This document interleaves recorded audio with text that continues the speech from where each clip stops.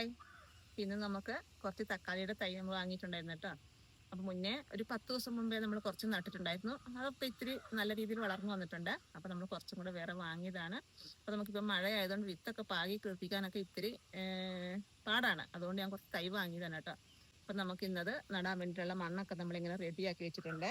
അപ്പം നമുക്ക് അങ്ങനെ മണ്ണൊക്കെ ഇളക്കി റെഡിയാക്കി വെച്ചിട്ടുണ്ട്. അപ്പോൾ ഞാൻ ഇതുപോലെ നീളത്തിലുള്ള ഏരിയ ആയിട്ടാണ് എടുത്തത്, തടവായിട്ടുള്ള ഏരിയ ആയിട്ട് എടുത്തിട്ടുണ്ട് കേട്ടോ. അപ്പോൾ ഇതുപോലെ നീളത്തിലങ്ങ് നട്ടു കൊടുക്കുവാണെങ്കിൽ എല്ലാത്തിനും ഒരുപോലെ വളവും ഒക്കെ കിട്ടിക്കൊള്ളുമല്ലോ, അപ്പോൾ ഒന്നിച്ചങ്ങ് വളർന്നോളുമല്ലോ. അതുകൊണ്ട് ഞാൻ ഇതുപോലെ ഏരിയ ആയിട്ടാണ് നടുന്നത്. അതുപോലല്ല വീണ്ടും നമുക്ക് വളം ഇട്ട് കൊടുക്കുമ്പോഴൊക്കെ മണ്ണിട്ട് കൊടുക്കാനൊക്കെ ഇതുപോലെ ആക്കുവാണെങ്കിൽ എളുപ്പമുണ്ട് കേട്ടോ. അപ്പോൾ നമ്മൾ ചാണകപ്പൊടിയും വേപ്പിമിണ്ണാക്കും കുറേശ്ശെ എടുത്തിട്ടുണ്ട്. പിന്നെ ഇതുണ്ടോ ഞാൻ അതിനകത്ത് ഇട്ട് കൊടുക്കുന്നത് വെച്ചാൽ അയർ എന്നൊരു വളമാണ്. ഞാൻ കഴിഞ്ഞ ദിവസം ഒരു വീഡിയോ ഇട്ട് കഴിഞ്ഞപ്പോൾ ഈ ഒരു വളം കാണിച്ചു കഴിഞ്ഞപ്പോൾ ഇത് ഒരുപാട് പേര് അറിയത്തില്ലാത്തവരും ഇത് ഉപയോഗിച്ചിട്ടില്ലാത്തവരും ഇത് എന്തിനാണ് ഉപയോഗിക്കുന്നതൊക്കെ ചോദിച്ചിട്ടുണ്ട്. അപ്പോൾ ഇത് കണ്ട് ഇതിനകത്ത് ഒരുപാട് സൂക്ഷ്മ മൂലങ്ങൾ അടങ്ങിയ ഒരു വളമാണ് കേട്ടോ ഈ ഒരു അയർ എന്നത്. അതായത് നമ്മുടെ ചെടികൾക്ക് വേണ്ട കാൽസ്യം, പൊട്ടാഷ്യം, മഗ്നീഷ്യം, സൾഫേറ്റ് ഇങ്ങനെയുള്ള എല്ലാ മൂലകങ്ങളും അടങ്ങിയിട്ടുണ്ട് കേട്ടോ ഈ ഒരു അയർ എന്നൊരു വളത്തിൽ. അപ്പം നമ്മുടെ ചെടികളൊക്കെയാണ് ഇത് കൂടുതലായിട്ട് വാഴയ്ക്കൊക്കെ ഉപയോഗിക്കാറുണ്ട് കേട്ടോ. എന്നുവെച്ചാൽ നമ്മുടെ ഇലയ്ക്കുണ്ടാകുന്ന മഞ്ഞളിപ്പൊക്കെ ഇല്ലേ, അതുപോലെ ഇലയ്ക്കുണ്ടാകുന്ന ഇല ചുരുളിപ്പ്, മഞ്ഞളിപ്പ്, പിന്നെ വെച്ചാൽ പെട്ടെന്ന് വേര് പിടിക്കാനൊക്കെ ആയിട്ടും ഈ ഒരു വളം ഇട്ട് കൊടുക്കുന്നത് ഏറ്റവും നല്ലതാണ്. അപ്പോൾ ഞാൻ ആദ്യമൊന്നും ഈ ഒരു വളം ഉപയോഗിച്ചിട്ടില്ല. പിന്നെ ഞാൻ ഇതിനെപ്പറ്റി അറിഞ്ഞ് ഇത് ഉപയോഗിച്ച് കഴിഞ്ഞപ്പോൾ ഉണ്ടല്ലോ എനിക്ക് നല്ല റിസൾട്ടാട്ടോ കിട്ടിയത്. അതുകൊണ്ടാണ് ഞാൻ പറഞ്ഞത് ഇത് ഉപയോഗിച്ചിട്ടില്ലാത്തവർക്ക് ആണെങ്കിൽ ഒന്ന് ഉപയോഗിച്ച് നോക്കാം. നമ്മുടെ കൃഷിഭവനിൽ അത് നഴ്സറികളിലും ഒക്കെ കിട്ടും കേട്ടോ. അപ്പം ഞാൻ ഈ ഒരു പാക്കറ്റ് നേരത്തെ പൊട്ടിച്ച് വെച്ചൊരു പാക്കറ്റാണ്. അതിൻ്റെ പേര് അത്ര ക്ലിയർ ഇല്ലാത്തതുകൊണ്ടാണ് ഞാൻ വേറൊരു പാക്കറ്റ് എടുത്ത് കാണിച്ചത്. അപ്പോൾ നമുക്കിത് ഒരു പിടി നമുക്ക് ചാണകപ്പൊടിക്കകത്തോട്ട് ഇതൊന്ന് മിക്സ് ചെയ്ത് കൊടുത്തിട്ട് നമുക്ക് ഇട്ട് കൊടുത്താൽ മതി കേട്ടോ. അപ്പോൾ അതും കൂടെ നമുക്ക് നല്ലതുപോലെ ഒന്ന് മിക്സ് ചെയ്യാം. നമുക്ക് പെട്ടെന്ന് നമ്മുടെ ചെടികൾ ചീഞ്ഞു പോകാതെ, അതായത് പെട്ടെന്ന് മണ്ണിൽ വേര് പിടിക്കാനും നല്ലതാണ് ഈ ഒരു വളവേ. അപ്പം നമുക്കിനി നമ്മൾ ചെറിയ ചെറിയ കുഴികളൊക്കെ എടുത്തിട്ട് വേണം, അതായത് ഞാൻ വലിയ പറഞ്ഞില്ല തടവായിട്ടല്ല എടുക്കുന്നത്, ഇതുപോലെ ഏരിയ എടുത്തിട്ട് ഇനി നമുക്ക് ചെടി നടാനുള്ള ചെറിയൊരു കുഴിയും കൂടി എടുത്തു കൊടുക്കാം. അപ്പോൾ ആ കുഴിയിലേക്ക് ആവശ്യം, അതായത് നമ്മുടെ ചെറിയ തൈയാണ്, അത്രയും ചെറിയ തൈക്ക് അത്രയും വളം മതി. ഒരുപാട് വളമൊന്നും നമ്മൾ വാരിക്കോരി ഇട്ട് കൊടുക്കുന്നില്ല, ഇത്തിരി വളവേ ഇട്ട് കൊടുക്കുന്നുണ്ട്, അതിന് വളരാനുള്ള വളം മാത്രം. പിന്നെ നമ്മൾ ഒരുപാട് വാരിക്കോരി ഇട്ട് കഴിഞ്ഞിട്ട് ഈ മഴയത്താണ് പകുതി ഒഴുകി പോവുകയേ ഉള്ളൂ. അപ്പോൾ അതുകൊണ്ട് ഞാൻ കുറച്ചേ ഇട്ട് കൊടുക്കുന്നുള്ളൂ. പിന്നെ നമുക്കത് വളരുന്നതിനനുസരിച്ച് ഓരോരോ വളങ്ങൾ നമുക്ക് മാറ്റി മാറ്റി ഇട്ട് കൊടുക്കാമല്ലോ. അപ്പോൾ അങ്ങനെ എല്ലാം ചെറിയ ചെറിയ കുഴികളൊക്കെ എടുത്തു അതിലെല്ലാം ഞാൻ നമ്മുടെ വളവ് ഇട്ട് കൊടുക്കുമെന്നാണ്. അപ്പോൾ ഇങ്ങനെ ചെയ്യുന്നത് കൊണ്ട് എന്താണെന്ന് വെച്ചാൽ നമുക്ക് ഗുണമുണ്ട്. വീണ്ടും നമുക്ക് മണ്ണിട്ട് കൊടുക്കാനും അതുപോലെ നമ്മുടെ വളങ്ങൾ ഒഴുകി പോകാതിരിക്കാനും അങ്ങനെയൊക്കെ ആയിട്ട് ചെറിയ ചെറിയ ഗുണങ്ങളൊക്കെ ഉണ്ട് കേട്ടോ. ഇതുപോലെ നമ്മൾ ഏരിയ ഒക്കെ എടുത്ത് നടുവാണല്ലോ. അതുപോലെ ചെടികളൊക്കെ ഒരേ ലെവലിൽ വളർന്നു വരികയും ചെയ്യുവേ. അപ്പോൾ എല്ലാത്തിനകത്തും ഞാൻ നമ്മുടെ വളം ഇട്ട് കൊടുത്തു ഫില്ല് ചെയ്ത് കേട്ടോ.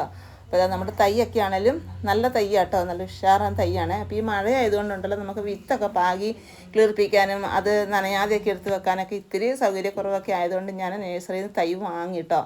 അപ്പോൾ ആ ഒരു തൈയാണ്. അപ്പോൾ നമ്മളിത് വേറൊന്നും കളയാതെ, അതായത് നമ്മൾ തക്കാളിയുടെ തൈ എന്ന് പറഞ്ഞു കഴിഞ്ഞാൽ പെട്ടെന്ന് അതിൻ്റെ തണ്ടിനധികം കട്ടിയൊന്നും ഇല്ലാത്തതുകൊണ്ട് പെട്ടെന്ന് നമ്മൾ സൂക്ഷിച്ചെടുത്തില്ലെങ്കിൽ ഒടിഞ്ഞു പോകും. അപ്പം നമ്മളത് എടുക്കുമ്പോൾ അതിൻ്റെ അടിഭാഗത്ത് നിന്ന്, അതായത് നമ്മുടെ ആ ട്രേയുടെ അടിഭാഗം ഒന്ന് ഞെക്കി കൊടുക്കുവാണെങ്കിൽ ഒട്ടും വേരും പോകാതെ അതിൻ്റെ മണ്ണൊന്നും ഇളകാതെ നമുക്ക് എടുക്കാൻ പറ്റും കേട്ടോ. അതിൻ്റെ അടിഭാഗം ഒന്ന് ഞെക്കി കൊടുത്താൽ മതി. എന്നിട്ട് മുകളിലേക്ക് ഒന്ന് പതുക്കെ ഒന്ന് പൊക്കിയാൽ വേഗം നമുക്കതിന് എടുക്കാൻ കിട്ടും. അപ്പോൾ വേരൊന്നും പോകാതെ കിട്ടും. പിന്നെ നമ്മൾ നടുമ്പോൾ അതിൻ്റെ ചുവട്ടിൽ മണ്ണൊന്ന് നല്ലപോലെ ഒന്ന് അമക്കി കൊടുക്കുവാണെങ്കിൽ വെള്ളം ചുവട്ടിൽ നല്ലപോലെ ഇറങ്ങാതെ, അതായത് ഒരുപാട് വെള്ളം ഇറങ്ങി ചീഞ്ഞ് പോകാതെയൊക്കെ ഇരിക്കും കേട്ടോ. അപ്പോൾ ഓരോ തൈയും വീടിൻ്റെ തൈയൊക്കെ നട്ട് വരുമ്പോഴത്തേക്കും മഴ വരും, അപ്പോൾ എല്ലാം ചെളിയാകും. അപ്പോൾ വീണ്ടും മഴ പോയി കഴിയുമ്പോൾ വീണ്ടും നടും. അങ്ങനെയൊക്കെ നട്ട് എല്ലാം റെഡിയാക്കി കേട്ടോ.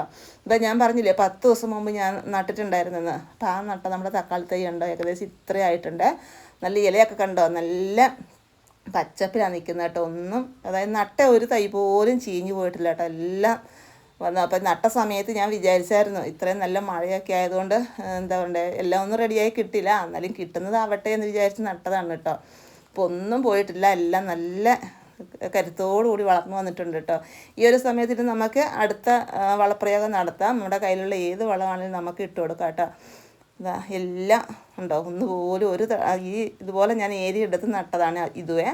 പക്ഷെ ഒന്നും പോയിട്ടില്ല കേട്ടോ, എല്ലാം അതേപോലെയുണ്ട്. അപ്പം ഞാൻ കുറച്ച് പച്ചച്ചാണകം ഉണ്ടായിരുന്നു, അത് ഞാൻ വിചാരിച്ചെന്നാൽ കലക്കി ഒഴിച്ചു കൊടുക്കാനേ. ഇനി പച്ചച്ചാണകം ഉള്ളവർ ഇതുപോലെ കലക്കി ഒഴിച്ചില്ലെങ്കിലും ഇപ്പം നല്ല മഴ ആയതുകൊണ്ടുണ്ടല്ലോ, നമുക്ക് ഒരു പിടി എടുത്തിട്ട് അതിൻ്റെ ചുവട്ടിൽ നിന്ന് അല്പം മാറ്റിയിട്ട് നമുക്ക് ഓരോ പിടി ഇട്ട് കൊടുത്താൽ മതി. ഇപ്പം മഴ ആയതുകൊണ്ട് അത് കുറേശ്ശെയായിട്ട് അലുത്ത് നമ്മുടെ ചെടികൾക്ക് കിട്ടിക്കോളും. അപ്പോൾ അങ്ങനെ ഇട്ട് കൊടുക്കാം. ഇനി അതല്ല എങ്കിൽ ഇതുപോലെ നമുക്ക് എന്താണ് നല്ല വെള്ളമൊക്കെ ചേർത്ത് ലൂസാക്കിയിട്ട് ഇതുപോലെ ഒഴിച്ചു കൊടുക്കാം കേട്ടോ.